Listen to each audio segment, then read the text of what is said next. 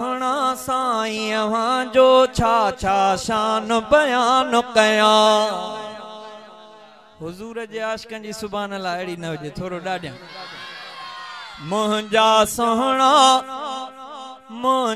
सोहणा साईं अवां जो छा छा शान बयान कया। मुंहिंजा सोहणा साईं अवां जो छा छा शान बयान कया। मां छा सारी दुनिया गॾु थे, मां छा सारी दुनिया गॾु थे, शान न पूरो थींदो बयान। मुंहिंजा सोहणा साईं अवां जो छा छा शान बयान कया।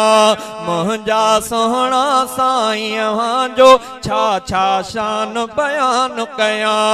रब जा आयो रसूल अवां ऐं रब जा आयो हबीब अवां। फर्श खां अर्श ते पहुची साईं रब जे थिया हो करीब अवां। फर्श खां अर्श ते फर्श खां अर्श ते फर्श खां अर्श ते फर्श खां अर्श ते पहुची साईं रब जे थिया हो करीब अवां। रुकजी वियो जिब्रील बिदग में, रुकजी वियो जिब्रील बिदग में, छा मां अवां जो मक़ाम लिखां। मुंहिंजा सोहणा साईं अवां जो छा छा शान बयान कया। मुंहिंजा सोहणा साईं अवां जो छा छा शान बयान कया। साईं अवां जे विलादत खां अॻु शान अवां जो ॿुधायो ख़ुदा। पहिरीं किताबनि में भी प्यारा शान अवां जो लिखायो ख़ुदा। वाह सुभान अल्लाह। साईं अवां जे विलादत खां अॻु शान अवां जो ॿुधायो ख़ुदा। पहिरीं किताबनि में भी प्यारा शान अवां जो लिखायो ख़ुदा। पहिरियां नबी भी ॼाणनि पिया हीअं, पहिरियां नबी भी ॼाणनि पिया हीअं, शान में आला आयो अवां। मुंहिंजा सोहणा साईं अवां जो छा छा शान बयान कया। मुंहिंजा सोहणा साईं अवां जो छा छा शान बयान कया।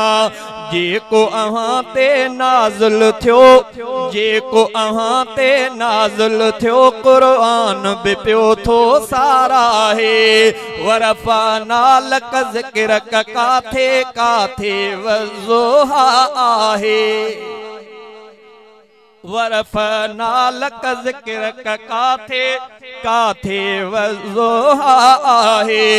काथे मुज़म्मिल ताहा यासीं, काथे मुज़म्मिल ताहा यासीं, पढ़ंदो आहियां चाह मंझा।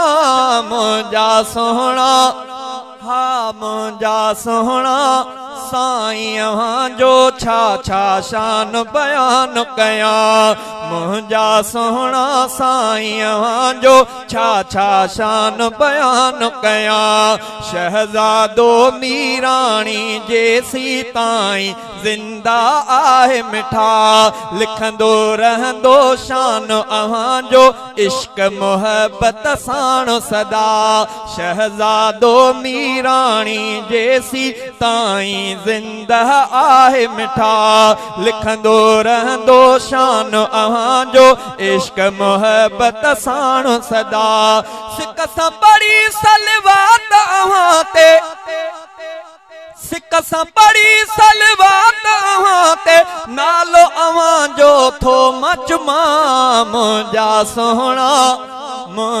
सोहणा साईं अवां जो छा छा शान बयान कया।